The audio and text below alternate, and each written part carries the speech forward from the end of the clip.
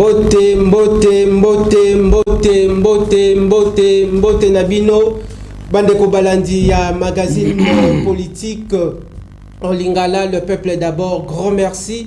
Nandenge Bozali, Ebele na mokolo alelo pona ko assister na grande messe politique en Lingala, le peuple d'abord, temple de la démocratie, et si Katokuta na Kabongo chaque lundi, mercredi et vendredi, en direct à partir il y a 16h. Pour la Bongo Maï politique en République démocratique du Congo. Vous nous suivez de partout, vous êtes ici à Kinshasa, vous êtes dans le 26 provinces de la République démocratique du Congo et puis à l'extérieur du pays. Nous vous souhaitons une excellente condition télévisuelle sur nos antennes. Mesdames et messieurs, encore une fois, merci de nous suivre avec votre particulière attention. TV Moko Batouébélé, grand merci également à vous, la génération Le Peuple d'abord aux États-Unis d'Amérique, génération Le Peuple d'abord au Canada, génération Le Peuple d'abord en Belgique, génération Le Peuple d'abord en Allemagne. Je vois directement mon ami d'enfance à l'âge Mbaya. Grand merci Nabino Bandeko Balandi. De là où vous êtes, dites merci à celui qu'on appelle honorable André Mabouicha Loumanisha, la grande équipe technique qui me tient compagnie aujourd'hui est au grand complet. Je salue mon réalisateur de prédilection, Seigneur Patient Goy. Joyeux anniversaire à vous. Je remercie également vous, aimables fidèles téléspectateurs branchés en ce net moment pour suivre cette grande messe politique en Lingala. Nege Tolimbakate Koloba.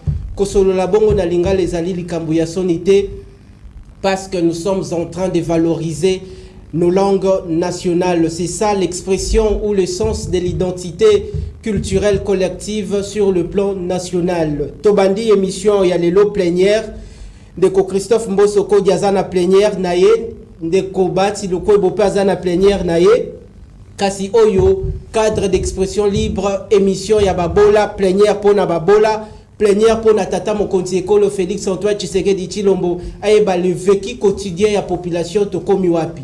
Grand merci à vous.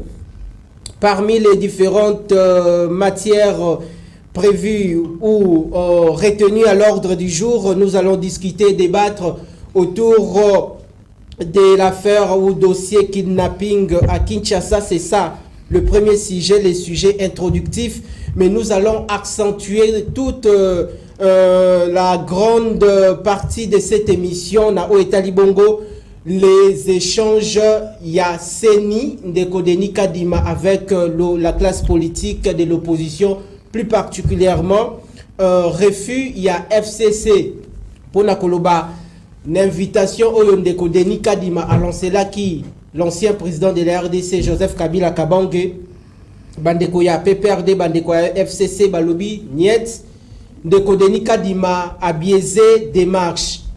La démarche à suivre selon Bango et Zabongote Sengeli ko passer na ba étape pour na kokuta na Bongo na le président honoraire Joseph Kabila Kabange, actuel sénateur à vie au Peto Pesimbote Sika Azali na maman Marie-Olive Lembe. Nazali Bongo na plateau na descend des cloches. Tokopesa Bongo Maloba et pa ya mwana mboka Raphaël Loulou. Je rappelle qu'il est l'ancien conseiller de l'ex-président de la RDC Joseph Kabila Kabange, ancien rapporteur à l'Assemblée nationale sous l'époque il y a transition, et puis actuellement aux Bongo secrétaire général y a l'Ingomba politique MSR LFCC dont l'initiateur est l'ancien président de la RDC Joseph Kabila Kabange. Moi Namboka, encore une fois, élu du peuple, Boye Malam na plénière, Yamokola Lilo. Mbote Ndeko Richard, Mbote na yo, Mbote na maître, Mbote na Balandi Banso, il y a le peuple d'abord. Merci. Na yebete tango tokutanaka, tosolaka makambo.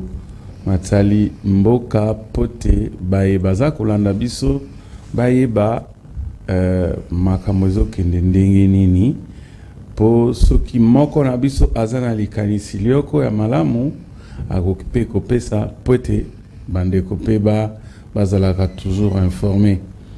Mais Nazana deux points à relever dans la présentation, dans l'introduction. Okay. Le but est plénière il y a des Félix Tshisekedi. On a encore un plénière à Félix Tshisekedi. Et ça dit, deuxième point à relever, le but MSRL FCC.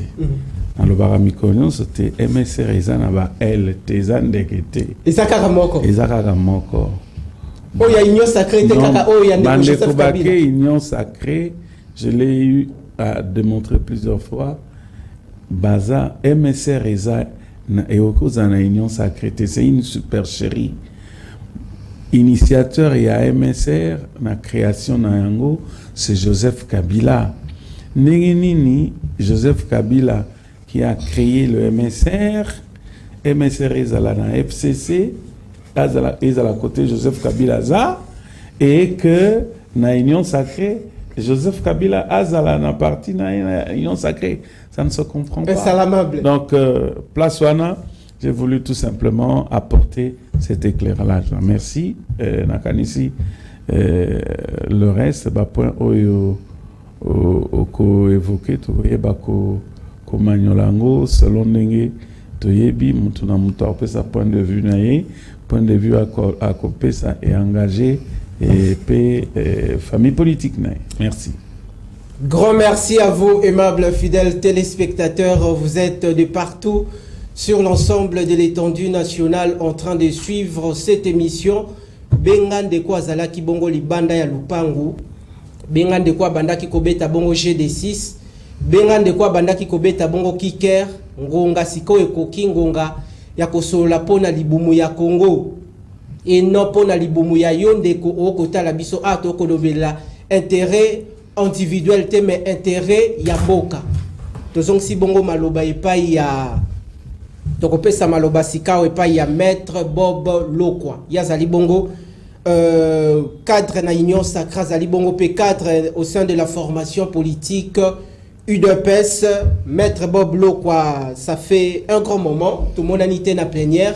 Boye malam na grande messe politique ya mokolo lelo. Vous êtes suivi par des milliers de personnes qui sont branchées en ce net moment pour suivre ces grands débats politiques en Lingala. Malobe Painao.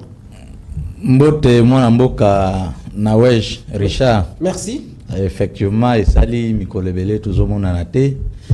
Ezali suite à moi occupation ebele bien que nazwa kalikasa mbela ernyonso mais na profiter auprès à ozalaka na considération à qui nature le peuple d'abord. On a biso nyonso yo balandaka émission ya babola le peuple d'abord bolimbisi toza pona ko communiquer ko communion na bino bino nde bozali souverain premier. Alors donc bolimbisi mingi pona ba mbela wane belo to s'absenter na pesi honorable Raphaël Moulu Kulutu nangai mbote mais respect Kulutu. Na pesi chef d'état-major général Augustin Kabouya. Oh, et ça que c'est non, secrétaire général na biso ye mukonza mapinga côté na biso na IDPS. Ah OK. Na pesi ba salamu visika zali. IDPS pas ça mapinga. Population congolaise nyonso oyo ba disposer ton na bango pour na ko la émission le peuple d'abord. Na pesi bango simbote sans oublier mukolo etando oyo ndeko André Maboucha honorable ayepe honorable à bientôt ils avaient échéance électorale na pesi mbote na espace à pesi biso pour que to communiquer na population congolaise. Bon voilà na lingi na aussi na préciser na point moko kuluta uchi koloba ya MSR na koisa kuluta da secrétaire général ya MSR biso IDPS aussi bisa biloko wana mingi na moment moko IDPS ekomaki lelo IDPS kibasa ezali IDPS ya kulutu na biso vient na biso alemba ezali Bruno Chibala non pas Bruno Chibala le nouveau venu, IDPS n'a pas été échangé Rwanda. Et puis voilà. Donc, MSR, ils ont créé des fins honorables. Comment il s'appelle? Pierre Lumbi. Pierre Numbi. Oyo Joseph Kabila a autorité morale.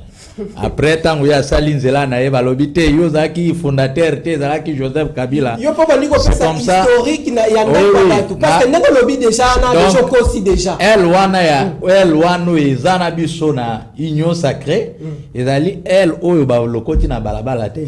Ezaka ka ba panzana ba oyo bazana gauche ba bana. Je kotumboli déjà c'était une précision de taille aussi. Une précision de taille yo ko pesa yango ton de ko. Atumbolité. Histoire à classe politique. Azande coupé ça, une vraie fausseté d'information sur le MSR. Grand merci. Pierre Lumbi n'a jamais créé le MSR. Donc, c'est là Maloba. Merci. Je crois que le débat sera oulé, mais un débat responsable et puis républicain. Boss à la bongo branché. Liboso etandonga wasika wa mwana ya mapinga, soldat du peuple. Nako se transfigurer sikoyo. Pour na kokota bongo na état d'esprit ya débat. Tuzong si bongo maloba et pas y a ndeko Raphaël Loulou. Ndeko Raphaël, je crois qu'on rencontré makambo a uti koloba pona ko sala moi toi l'étage. Le loto ko fungola sujet na biso liboso ezali bongo phénomène kidnapping à Kinshasa. Ozali bongo responsable, ozali père de famille. Ezali mabe moi na bimaki.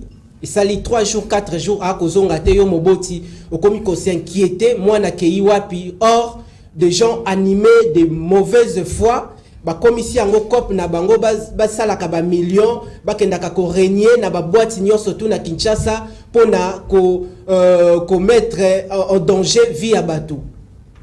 Point de vue na yo, en bien, tant que avant au Sengina sa toilettage na au maître Boba Lobi. Pierre Lumbi a créé un parti politique. Pierre Lumbi était le conseiller politique et a fait professeur Samba Kaputo. Samba Kaputo, Azalaka, conseiller spécial en matière de sécurité et chef de l'État à l'époque, Joseph Kabila. Okay. Donc, c'est sur autorisation et à Joseph Kabila, l'initiateur et à parti, né Pierre Lumbi a accepté qu'il est conseiller naé à Azala Mokambi et à parti. Donc, il n'a jamais créé. Je crois que maître certainement Azala a besoin d'informations. C'est que maître la vraie information. Okay. Parce que même je peux le mettre en contact même avec les amis de professeur Samba qui étaient là. Et même la famille du professeur Samba, le feu Pierre Lumbi est arrivé à Kokoma, président et à MSR. Donc Pierre Lumbi n'a jamais créé un parti politique. Donc le peuple doit normalement retenir que c'est Joseph Kabila Kabangé, ex-président de la RDC, c'est lui l'initiateur de la formation politique. C'est l'initiateur du parti. Nos statuts le disent clairement. Et le nom de Joseph Kabila est écrit clairement et il est cité nommément dans les statuts. C'est que na MSR on dengeye a kolobela selo yenga comprendre ka MSR isa a soutenir MSR ya union sacrée ya c'est tout à fait normal, c'est sa chapelle. Ça na ensemble. C'est ça, il faut soutenir ba oyo ba keko pesa bango poids. OK. C'est tout à fait normal. Bon, mais enfin, problème, je crois que mettre à comprendre l'historique un peu, il y a début, il y a MSR. Problème, il y a insécurité, il y a kidnapping, et ça passe. Et ça passe dans un pays où Benga, un pays de droit, en pleine capitale, au centre de la capitale. Et là où il y a tous les services de sécurité réunis, que des compatriotes vont coopérer allègrement. Et on n'arrive pas à qu'on mettre la main dessus, peut kosilisa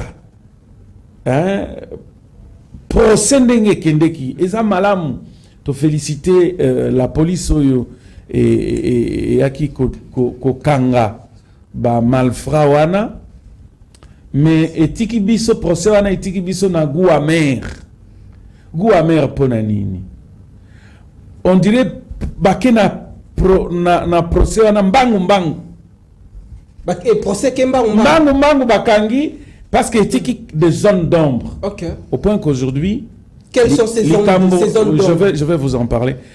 Etiki psychose moko terrible na ba Congolais surtout ba habitants à la capitale Kinshasa.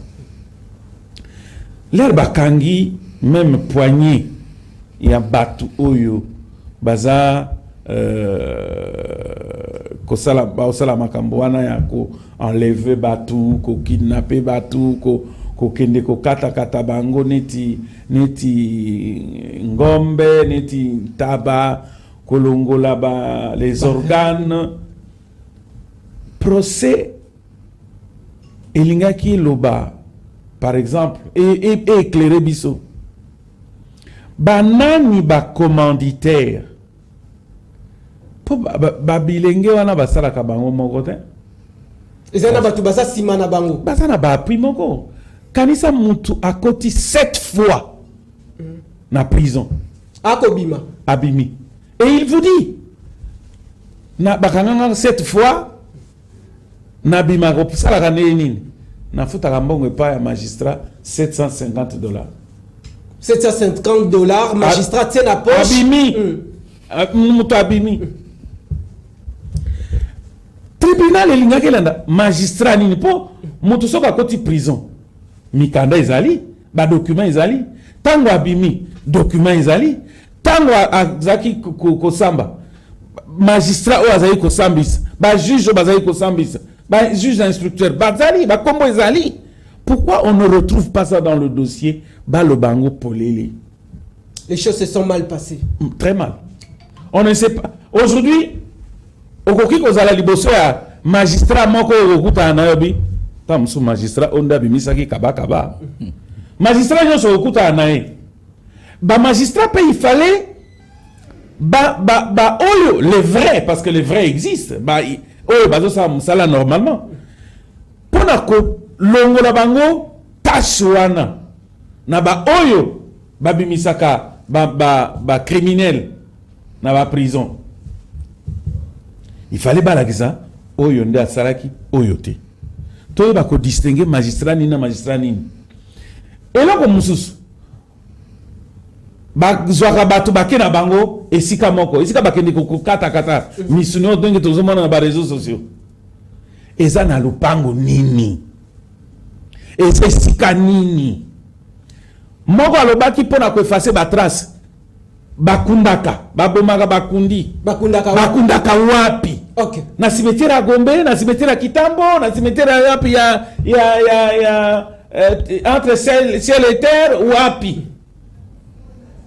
Je crois que le tribunal devait faire descente sur le lieu kolakisa. Kolakisa biso parti moko mais parti mususu baza kobomba pourquoi? Les gens sont des corrigeants. Kaka na procès wana. Ce qui batekaka ba organe atako ministre muya ya lobike awa na mboka na biso etale makateni nini mais to mona ki pe ba kaka ba criminel waka moko lati tricot les amis de Patrick Mouya parmi ba criminels mais comment et ça na ba réseaux sociaux alati pe tricot les amis de Patrick Mouya batu oyebi na kisa batu ba réfléchir mingi ko ça l'association ministre la lobaki boy mutu oyo azape na tricot na est-ce que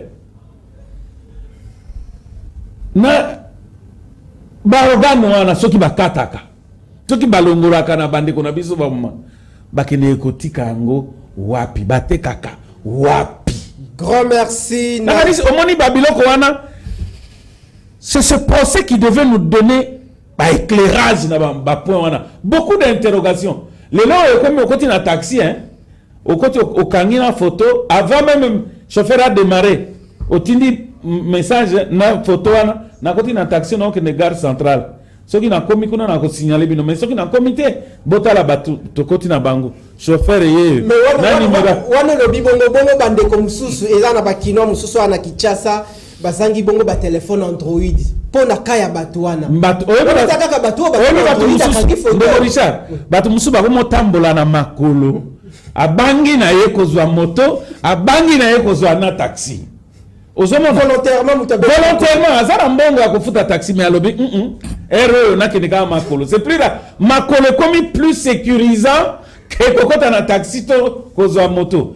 Ce sont des choses comme ça. Grand merci. Le régime devait. Et puis donc ministre, vice-premier ministre, ministre intérieur. Bango ba komi ko sona na combattant moko soki Roger na ministre zako et comme il kamboya bango mbale basona.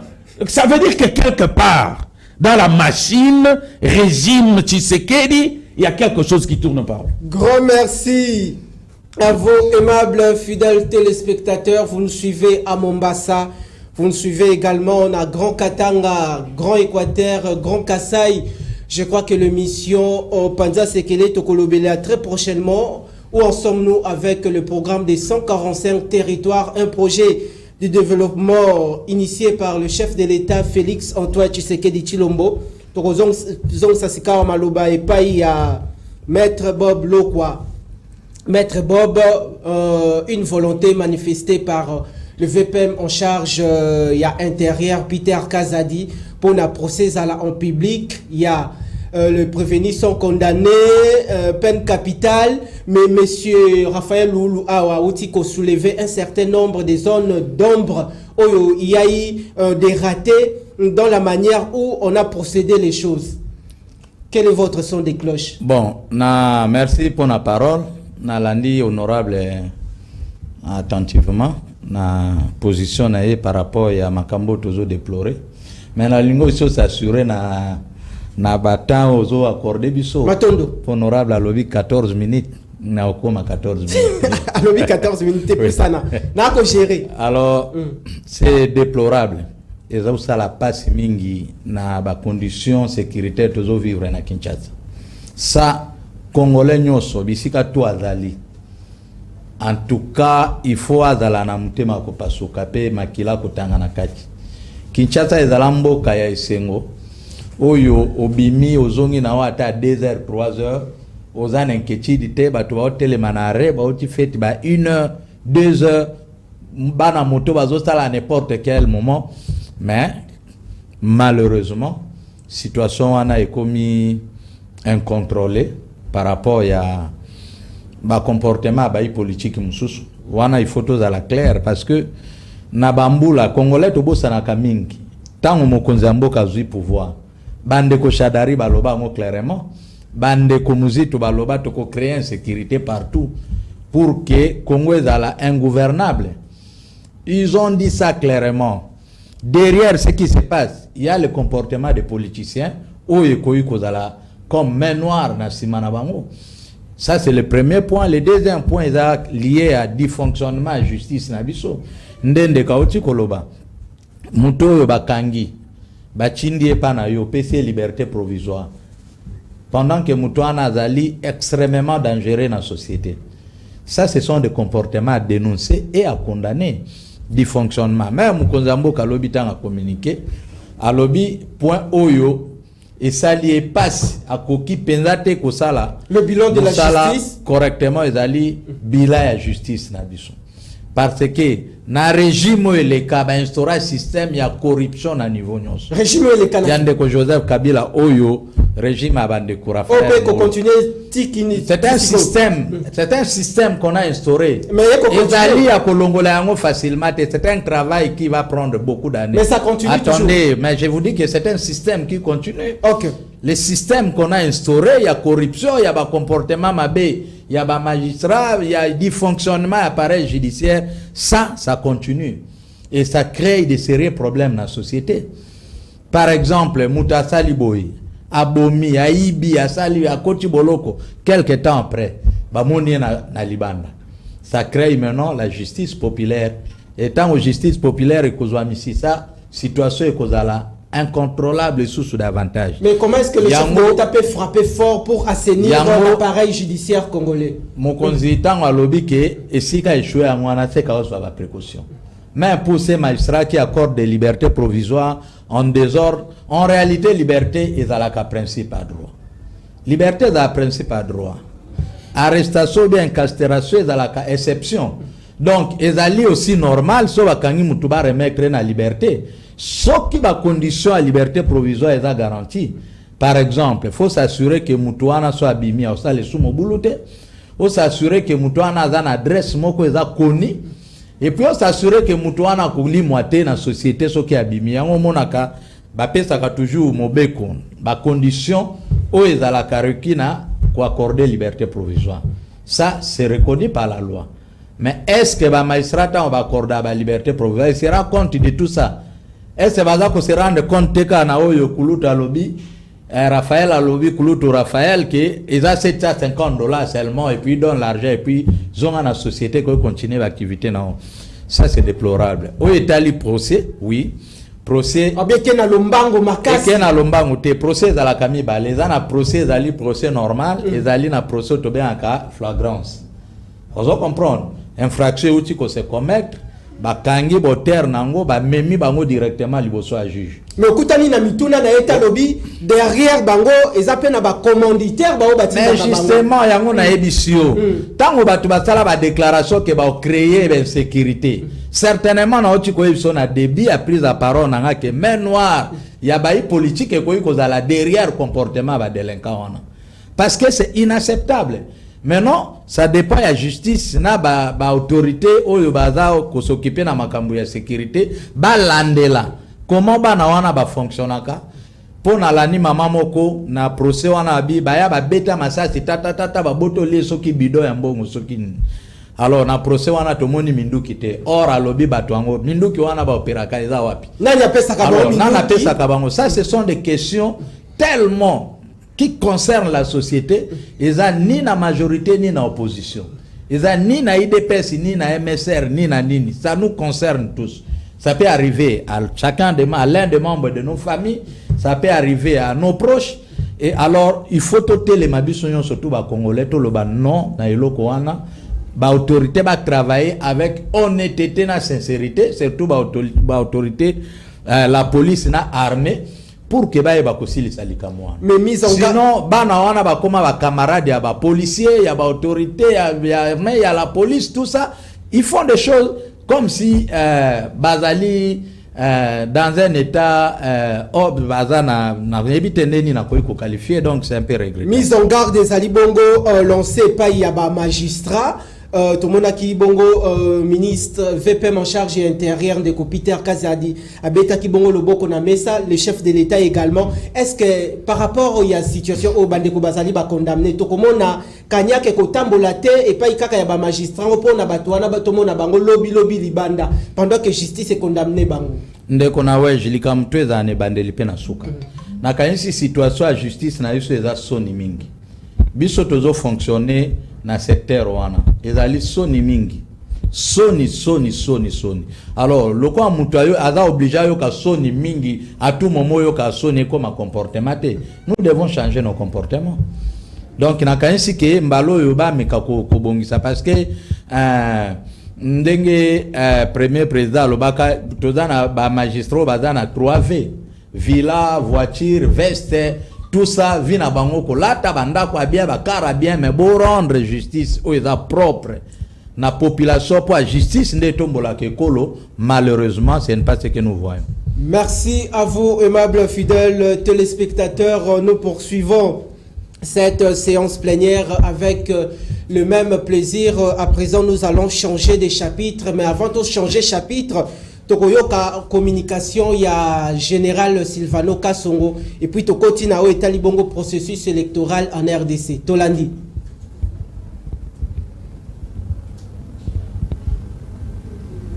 Bazo lo bape que bazo lo mabargane pour bateka. Est-ce que le processus on les alliés barimé balokuta obi que tous à la veille élection chaque fois la veille élection à l'approche élection barimé les arrivés. Souvenez-vous, en 2018, tant que l'élection est sous Corona, mais on va dire que la bande que nous sommes, on va aussi ma machette à Sika. La machette, chaque fois que ça machette, c'est que la élection va comprendre l'autre. On va dire que machette, c'est pas comme moi, elle va vendre un bancal, et ça m'a mal au côté. Jusqu'à présent, biso police, tout le monde est biso, tout le monde est conforme tout le monde. Tout le monde est remercié, tout le monde est seul, tout le monde est seul. Jusqu'à présent, tout le monde était monté, bah, momier, bien monté, bah, tu vas tirer bébé, ça, moi, organe, moi, nous autres, on était dans un moment, exact. Ou bien, l'hôpital, moi, son mot, pas là, à Tchaki, moto, à Zagi, moi, était les mots dans d'autres, exact. Ou bien, famille, moi, qu'on réclamait, exact. Donc, pour un spécialiste en médecin, le processus sur les armes ça demande des techniciens macasses. Pour la colonne, il faut vraiment des techniciens macasses. Nous avons un matériel à macasses. Sinon, il faut conserver. Conserver, ni il y a conservation. Tout ça, ah, plutôt, nous avons une institution qui a la capacité. Ceux qui ont une institution médicale, ils ont la capacité. C'est comme moto. Pour valiser pour conserver ou bien cœur, parce qu'il faut les vivants. Il faut des ceux qui sont confiés, et puis qu'on combatte l'ango, ok, l'ango, à rapport au beach. Je crois qu'ils ont barrimé les amis. Boutique barrimé. Grand merci à vous, Bolingi Kinartu Mingi. Bolingi le peuple d'abord, Mingi, grand merci, Bokota Labiso, Bosana Kinshasa. Bosa bongo dans le 24 communes Bokolanda le peuple d'abord Bouti bongo Kolanda communication il y a général Silvano Kasongo Kitenge wa uti bongo ko communiquer par rapport il y a situation auto kolobele la insécurité à Kinshasa. Je crois que changer déjà chapitre mais avant de boucler ces premiers points de ko Raphaël Lulo uti bongo Kolanda général Silvano Kasongo ndenga asali démenti. Quelle est votre position? Nalandi na Maître Bob na général, mais je pense que Maître Bob aloba qu'il comme moko ya mutuya insécurité oyo eza na couleur politique. Insécurité oyo eza na eyebi civilité, eyebi militaire parce que il y a même des militaires basa victimes. Et puis narobana na Maître Bob aloba qui et corruption oyo régime. Baza ko hérité yango. Ah non. Faut pas croire que des allégations comme ça, les tozolo ba makambo o Italie, o isa makamba politique té. O Italie libiki abato. Il faut tozalara na moins retenu. Parce qu'avant notre régime, il y avait le régime de feu maréchal Mobutu. La corruption, on en parlait. Par rapport à Oyo Maître Alobi, régime Nabiso, Oya Kabila nde instauraki, corruption totée. Je crois qu'à ce niveau-là, Maître Aza, Moutami Beko, certaines allégations, il ne faut pas qu'on... Y compris même les Kamboya Kotang Abakombo Abato. Oh, Boyokaki, Shadari Alobaki, Mozito Alobaka, qui va insécuriser Mboka. Non.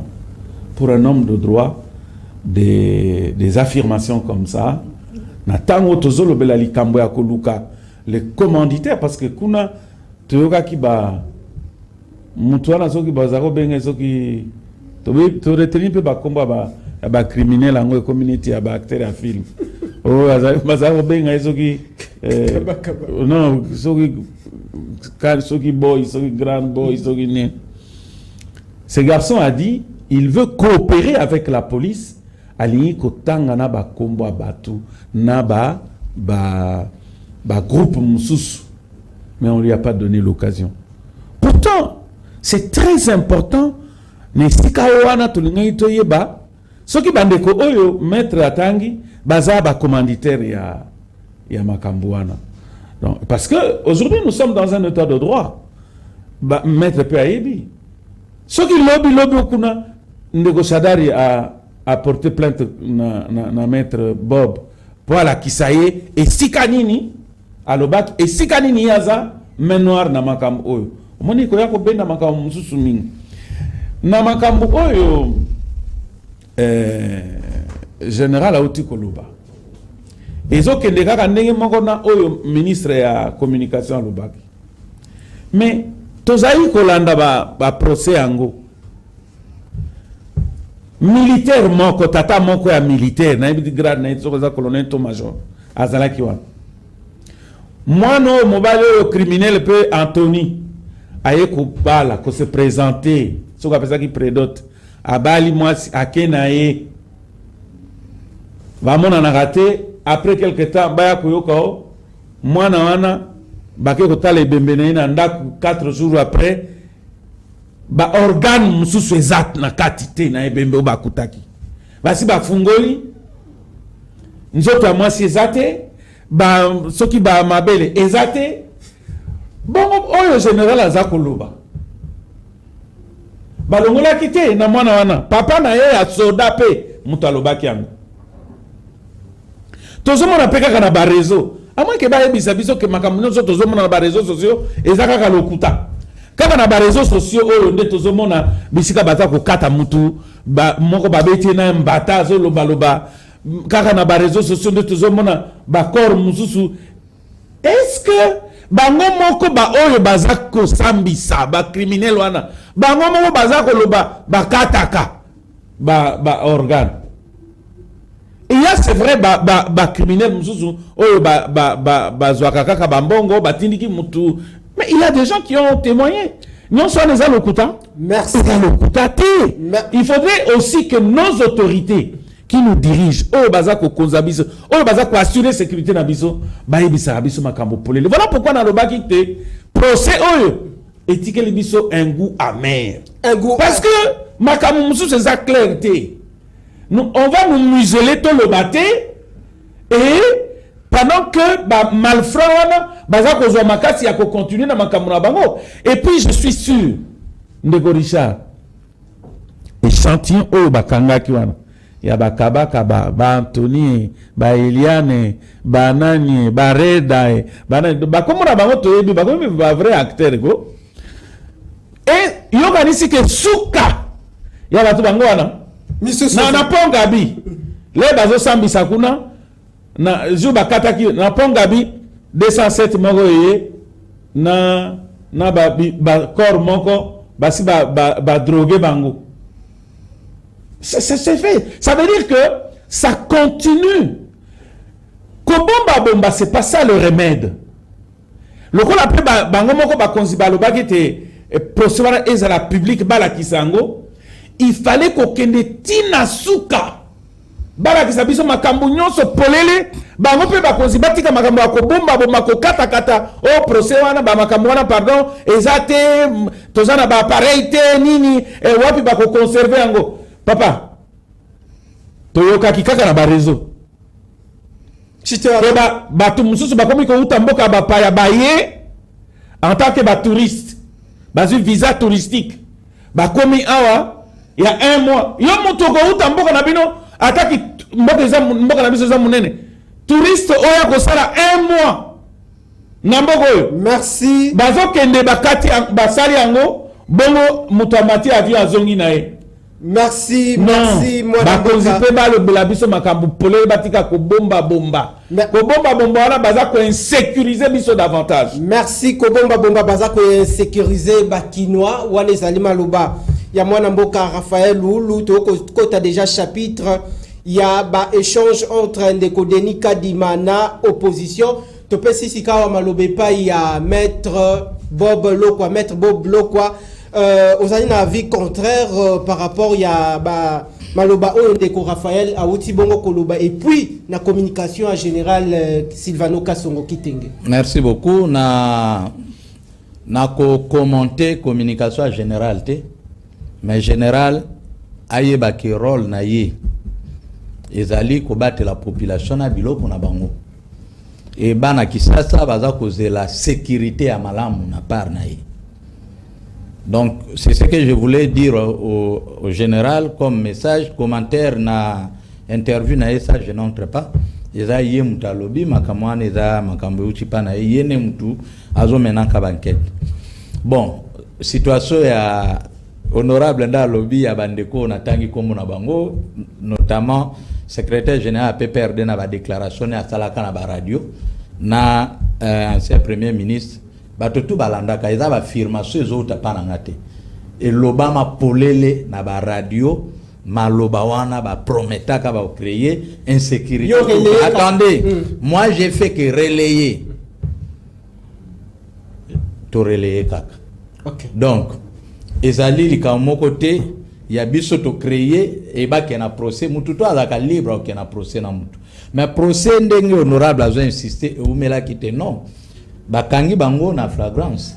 Ba lekisi bango procès bandaki soki depuis heure nini ti ba minuit 1h verdict ya kokoya bolo balilo basuka to lingi to coopérer soki mutalinga coopérer na justice même temps aza na détention a coopérer na justice apesa belemo eko permettre l'enquête et continuer sinon bazalaki na tanyo surtout ya koloba pourquoi baloba kité mais sengela ki baloba yango mutoyo kana elobi pete ke bakoki koloba lisusu te po bakondane bamote baza toujours na possibilité ya koaider ba autorité judiciaire pour que oyo ezana mutema na bango babimisa pour que baeba ko boma ba réseau wana nyonso tout. Donc voilà, ngai te mutu na créer maloba eza maloba bande ko bango moko baloba ki et tozo vivre yango. OK. L'insécurité qu'ils ont créé. Non, koloba en rapport na likambo ya kidnapping.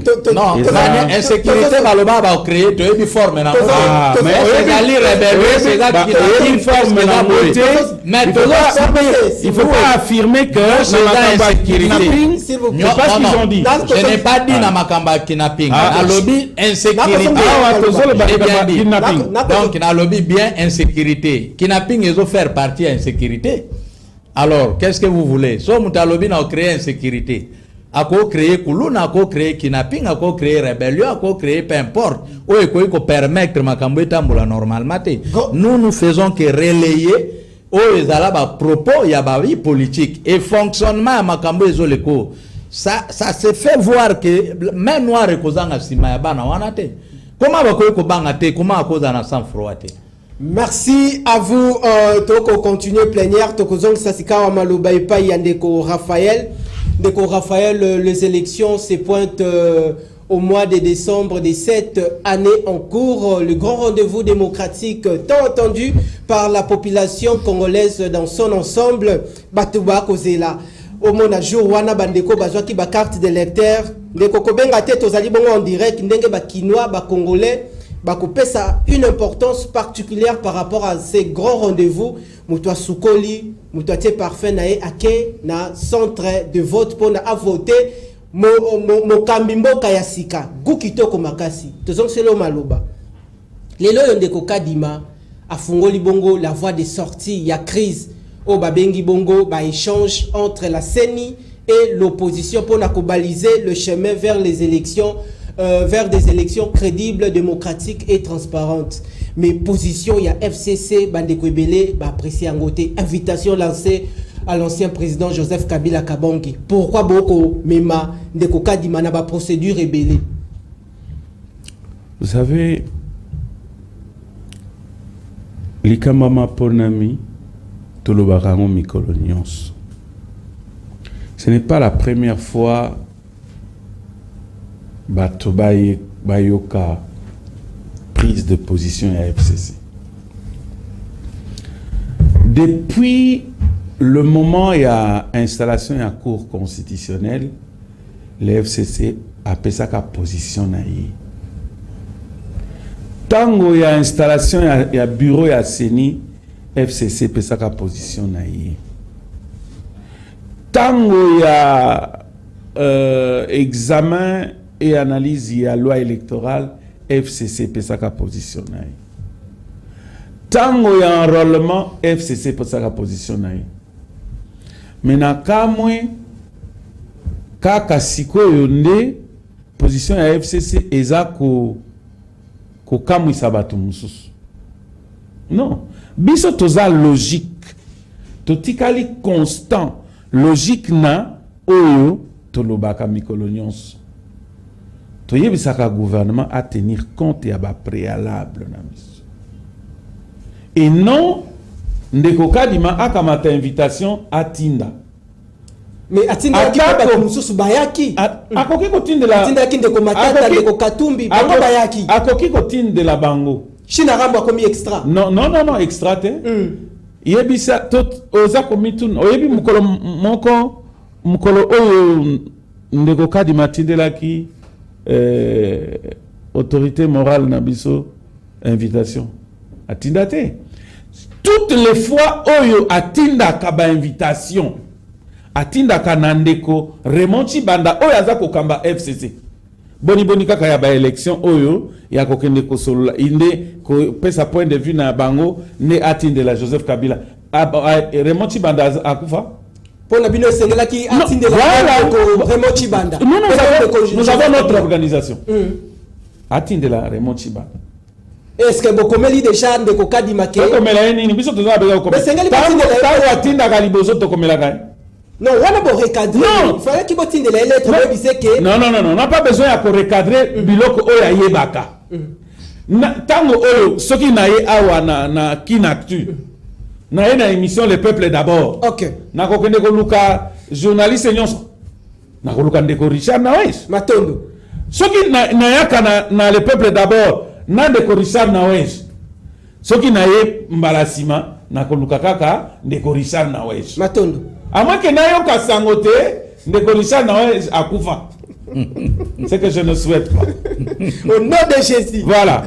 Donc ndeko Kadima asa tinda ba invitation na FCC na ndeko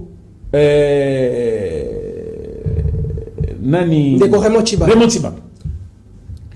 Pour la ligne atteinte na invitation à Raymond Tshibanda. Yoka sous question. Est-ce que pensez-vous que côté de la ndeko loko la batinda ka habituellement pas ndeko Raymond Tshibanda azali bongo ko kamba bongo FCC. Côté de la cette fois-ci invitation pas ndeko Joseph Kabila Kabongo ezaloko la ndeko Kadima sali ballon d'essai ata la position ya c'est le kamba ballon d'essai zate biso FCC toza na organisation na biso soki ministre Raymond Tshibanda azui okopesa mettre à 25 minutes. Soki ndeko Raymond Tshibanda azui invitation ako information ko koma na ba structure nyonso ya FCC. OK. Et non akende directement na autorité de référence. A une invitation na Raymond Tshibanda akozwa réponse na ye. Mais Joseph Kabila akoyate. Merci Joseph Kabila Kabonge akoyate bandeko balandi oya wuti bongo koloba aza muto azala kabongo na bureau politique ya FCC côté Ponduna Madesu elamba maka na lobi bongo là où ba prise de décision ezwamaka d'après si bongo malobe pa ya maître Bob Lokwa FCC abo bandeko ya FCC ba boyi ki ndeko Joseph Kabila Kabonge azala bongo invité ndeko Denis Kadima biaisé bongo démarche osako entrevoir nini à l'allure où vont les choses. Est-ce que maponomi vraiment ekozala est-ce que bino union sacré boko rassurer deuxième mandat ya tata mokonzi ekolo Félix Antoine Tshisekedi Tshilombo ndeko nawesh bien que un partage à minute est équilibré nakozala mukuse. OK. Mais na répondre ndeko Raphaël Moulu na 3 points. OK. Point ya liboso izali par rapport à question na ye pona nini batindeli ndeko Joseph Kabila sénateur en vie autorité morale ya FCC invitation à président Seni. Réponse est facile parce que azali acteur politique moko majeur na ekolo na biso. Situation est koleka tout autour ya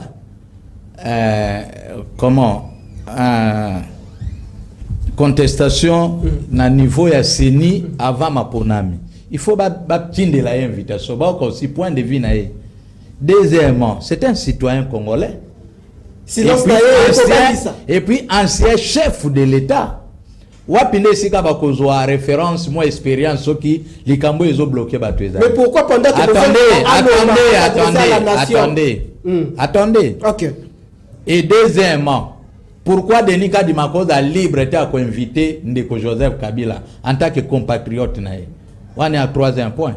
Donc soki ba bengisi ndeko Kabila, c'est parce que azali acteur politique majeur na ekolo yo. Deuxièmement, Azali, citoyen congolais, responsable à regroupement politique non électoral FCC, autorité morale nango. Et troisièmement, ancien président de la République. Bandeko baza pembeni na ye, bakokaika soit ko conseiller ye que non excellence kende. Voilà, ça c'est le contexte oyo. Nazoloba wana ezali na compréhension normale. OK. Parce que bango ba politisation sur la FCC. Donc ndeko excellence au répondre ou soit par écrit bureau politique à FCC ba recadrer ndenge yo koloba que non normalement na cadre ya plateforme na biso muto aza habilité akoya ezali tel et non ezala ba ya ba ping pong na ba media nga kanisi ke wana ezali pena respecté. Okay. Et puis na ifsa yo awa na plateau oyo nazala en face ndeko honorable Raphaël Moulu Kulutu na yebisa yo ke bazala ka FCC baza prêt na élection té. Parce que ceux qui ba élection, ba sa population ni. Oyo ba vandi sans la pendant 18 ans. FCC. Mais oui, baza na bilan au présenté te ba na discours te et en plus baza na candidaté. Candidat zate. Azate. Donc baza na bango prêt na élection te. Bato baza prêt na élection. Ba aucune élection. De toutes les façons, il faut qu'on respecte position. Bon ce qui est beaucoup Joseph Kabila kabongo candidat. A constitution et puis qui ça y a. Donc il faut qu'on respecte l'opinion na bango bazali ba congolais. So ba bi ba okena ba on a processus électoral wana te. C'est leur droit. Ba fandi ba observer ba ozala ba spectateur et puis manambala sima peut-être ba oza après. Le quoi baza prêter mbalo. Donc inutile Hollande ba discours na bango. Prêt à élection ça déjà en marche. En marche. Donc bientôt aux en élection, il y a pas de problème. Le train des élections est déjà en marche. Comment Denis Kadima, avec ses opérations, continue son bonhomme de chemin. Aujourd'hui, l'Union Sacrée dit que le FCC n'est pas prêt. Yango Azako Kende Naba Abalukabo, on dirait médiateur à Kobalo la ballon à milieu du terrain pendant que soit Bakamboza na Sukakuna Kozela, Mongete Kota. FCC pourquoi Boko Kende toujours na Kobalukaka Balukaka. Ndeko Richard na sepeli mingi, maître a évolué mingi. Lelo à reconnaître que Joseph Kabila c'est un acteur politique majeur, mais à reconnaître que Joseph Kabila c'est un citoyen congolais, mais à reconnaître que Joseph Kabila c'est un ancien chef de l'État, Azan expérience, Azan Bakokiko. Sa expertise nae. C'est vraiment une évolution. Non. Babanda Kolobani. Papa, Babana Koloba Joseph Kabila c'est un Rwandais. Babanda on a la pongité. Tout ça on a la bispe Toyebi. Joseph Kabila c'est un Rwandais. OK. Joseph Kabila a connu sa bisoni na Kolobani na kopesa expérience nini, a partager na nini. Il faut vendre Kimia. Joseph Kabila ici là, Nini, a combien acteur politique majeur. Merci maître pour cette évolution. Mouto a changé, maître a changé.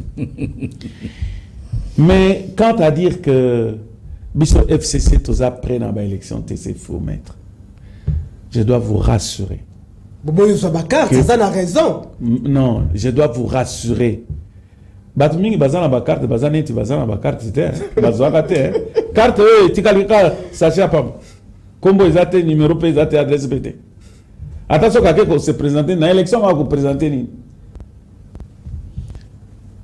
Nous sommes prêts.